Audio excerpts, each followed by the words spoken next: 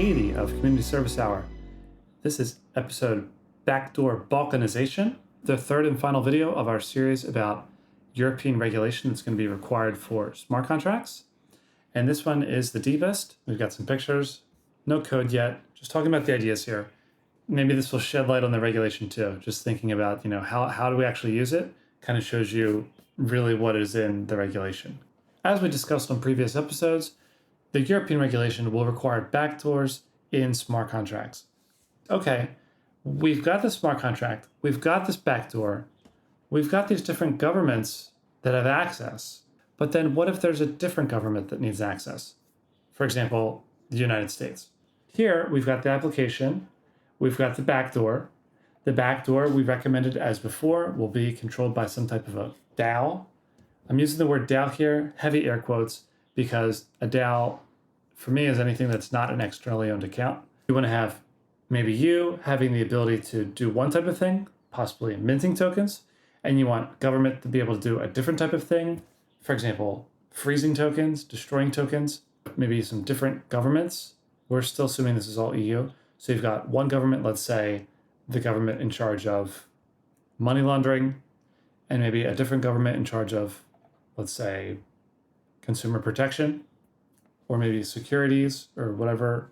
When you give the key to government and it goes to a specific person and they quit or somebody else gets the job, they can never give back control. They can never lose control. Once you have a key, keys are forever. Keys are forever. You should identify each government administrative unit that will have access and give them a separate account. And if something bad happens, like Bob wants to do a thing, then you know that Bob's the one that did it. Unlike what happened with FTX, when, whoops, hackers stole all the money. Whoops, we don't know if it was the treasurer or SBF or his mom. We don't know. All we know is that it was signed by this backdoor key. It's like a whodunit. There's no fingerprints here. Once you've been given a key, you can just keep copying it. So nobody knows. The next step here is that we need to consider, is there a point when this token inside the smart contract needs to stop having the backdoor or needs to start having a backdoor? Is there a different region? Is there a region coding? We have some things. Anybody remember region coding for DVDs? PlayStation 2 had that as well. I remember I went to Europe, London, a while ago when I was a little kid, and we bought a whole bunch of video games on sale, PS2 games. Came back to America, couldn't play a single one of them. They had the wrong region code. It was a mess. Mother. Yeah. But there was actually a trick. Hack it. Get a DVD player in the local place and just bring it with you. I think the PlayStation had this, and the DVD players definitely had this. But it's called, you could change your region. So you could take your DVD player from the US to India, and then you could go into the settings in the DVD player and say, I no longer live in the US, now I live in India. They only let you do it 3 times. When you switch the region, it literally burned a fuse. It burns the fuse, so it can't go back. After you've done it 3 times, the 3 fuses are burned, you can factory reset it, you can solder it, whatever you want. The DVD player is not going to change regions again. You are now bricked into that region. And the idea was, well, no reasonable, legitimate person is going to move between the US and India more than 3 times. Maybe Rito's only going to go to the UK once or twice, but if he's going there every year, then he's got to buy 2 PS2s. That was the scheme they come up with. I'm just letting you know that they thought about this. So what's that have to do with smart contracts? Well, your NFTs. Your NFTs are maybe in a different region. What if I move to Europe?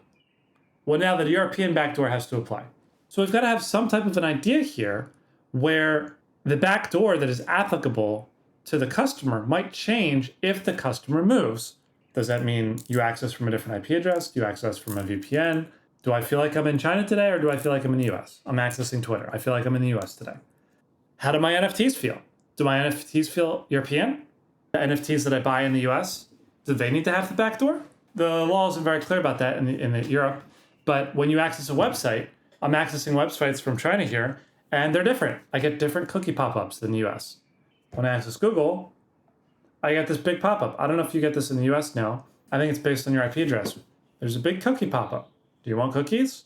No, I don't want cookies. Anybody who's used VPNs knows that the websites are different, especially for cookies and regulatory stuff, based on where you log in. You also get things like LinkedIn or Twitter. They'll actually treat your data differently. Large platforms know that China data needs to be in China, and there's a lot of different stuff that goes on behind the scenes. You are behind the scenes when you design these contracts, so you need to know these rules. So the question is, if the token is minted in Europe, well, in that case, we know that the backdoor needs to apply to your token. Does that mean that if you are minting the token in the US, that the backdoor needs to apply for Europe? If you're a US company that sells to Europeans, does the backdoor need to apply? Probably. But if you're a US company that also sells to US people, does the backdoor need to apply? Probably not. You're also going to need to have something here. Maybe it's a different backdoor. Maybe this is going to be the US backdoor. An administrator in California, and they're going to have their own government. And then, of course, we would have levels and turtles all the way down. So this is now the full picture of how you implement the backdoors necessary if you're going to be doing NFTs. You'll have different backdoors for different regions, and then the tokens will somehow need to move between them. I don't have the answers here. The way that DVDs worked is they had fuses that only allowed people to travel so much. There was a limit on how much you could travel. Would that limit apply to the person? Do all of your NFTs take on the new backdoors if your person moves to Europe? If you watch a lot of movies, there's a point where it just makes sense to buy an Indian DVD player. So the DVD player might cost you $100 per DVD player. You have an India one and the US one, but the blockchain accounts are very free, and moving your assets is pretty cheap, because moving your account is your whole account subject to one jurisdiction or the other. Does it automatically move all of your NFTs? Do the NFTs have to be moved per smart contract? So if you have a Bored Ape, if you have a European Data Act Bored Ape, and then you move to California, and we don't want the Europeans to have access anymore, do you have to hit a button? You have to say, okay, now my Bored Ape has moved. I don't know what this is going to be called, but I just want to call this thing passports. So this will be NFT passports. Passports with a set number of lives that you can burn. Does it have fuses? Right. Fused passports. Well, the barriers make it so there's some compliance. I'm sure somebody was thinking about, the economic impact it has.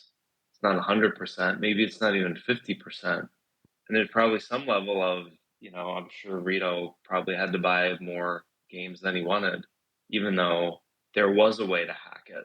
Maybe, the governments making these decisions are even aware of these kinds of issues, but it's just they still think it's worth it. They're getting what they can. That makes sense. And you can go make one in every region very quickly. That's the difference. Right.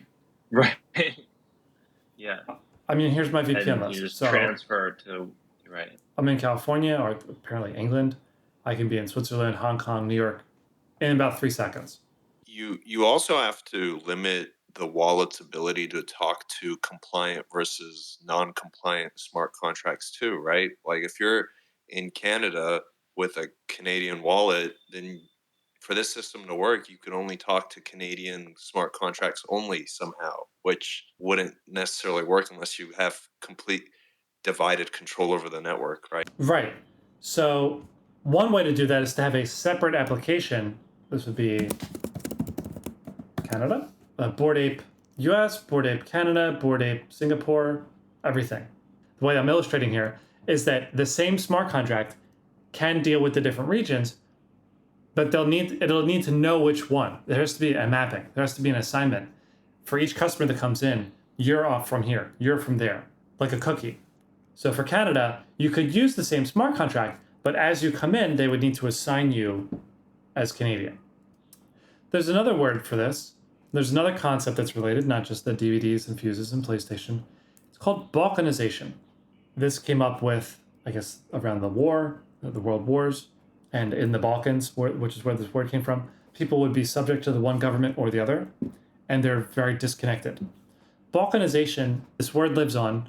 It also refers to the way the internet works. I'm in China right now, And I can tell you the internet in China is not the same internet as the internet in the US. They are literally different internets. Yeah, I mean there are rarely any websites I'd go to in China that I would access if I was anywhere else, and vice versa. If I'm in the U.S. and I need to look up some Chinese historical figure, I still might use Baidu Baike, which is like the Wikipedia run by Baidu. In China, if you want to access your Gmail, Yeah, Gmail just does not work. But if you're on the American internet and you want to order lunch, then you need to go on some Chinese websites. But as soon as you get onto that website, it will say you cannot connect. You'll start getting captchas. if I'm on my VPN, you basically can't use any of the Chinese apps or websites. So I'm going to open Meituan here. I search for a thing, and then there is no result. There is no website. There is no fork. Here's the fork. Yeah. There's no website. It just says open the app. It does nothing. When you open the app, the first thing, if you open any app in China, the first thing it does is ask for your phone number, which is of course connected to your national ID. You can tell it's a Chinese website because they all have a Chinese website number. Here's the ICP number. Internet publication. This is the China internet. And this is the whole internet is like this. The China internet is inaccessible from the US. And the US internet is inaccessible from China. You have Google in Europe, you have Google in the US, but they're different Googles. If you access Google from Germany, your data lives in Germany. If you access Google from the US, your data lives in a lot of places because they don't care. I don't know. So I don't have enough context here from LinkedIn or Facebook to explain this. You know, what happens if you're an American who moves to Germany and you log in?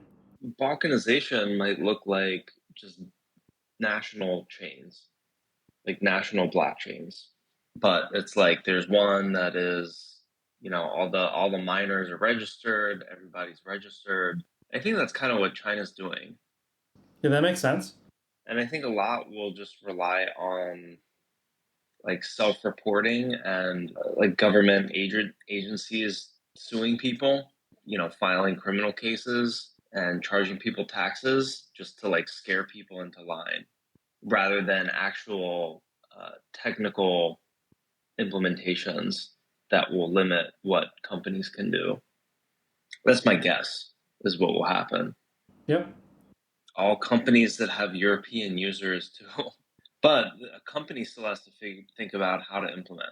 And so maybe from a company's perspective, the fuses and other things are going to be what makes it possible for them to run their business in the new regulatory environment.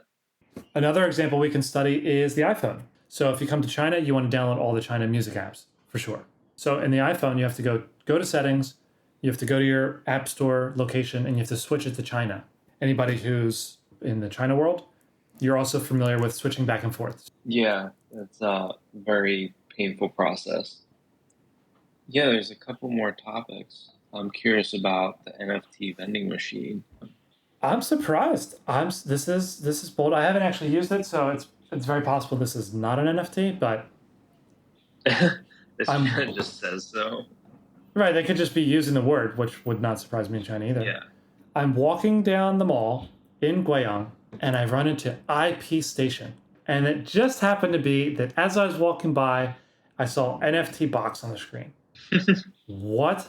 It says, fresh stuff on the market. And I screenshot the hell out of it. Basically, you get this box, and I have this box. I bought two. I bought one that I can use and one that I can keep. And it's telling you that it's random. It's got a nice video for randomization. It's a Rubik's Cube with question marks on it. This is exactly what an NFT certificate or digital should look like in China. If it doesn't have this red round stamp on it, it's not a thing. If it doesn't have a QR code on it, it's not right. I mean, if it's got the serial number on the corner, this is really good. If it's real. I could totally imagine in China selling shoes and just calling them NFT shoes. And they're literally just shoes with the word NFT on them. But at least the pictures that they're showing here and talking about the randomization and talking about the digital and talking about certificates, at least the person who made these pictures knows what an NFT is and what an NFT should be in China. So that's props. And there are at least 10 different screens that I screenshotted. How are you going to use this? The app you're going to use. It had a VR experience, it had screenshots of that, had the certificates, explain how to log in, 24-hour support. Is there any connection to a real blockchain? I don't know yet. That's why I bought Can we two. do an unboxing next week? We should do that.